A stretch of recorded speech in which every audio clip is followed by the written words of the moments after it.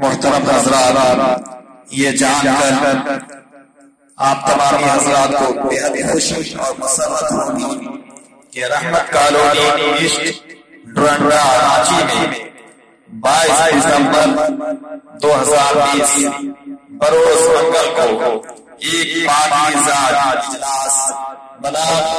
اس سے حضور مجاہد ملت علیہ رحمہ منعقد کیا جا رہا ہے، جس میں خصوصی طور پر خاندان اعلی حضرت کے چشم و چراغ حضور ارسلان میاں صاحب دگلا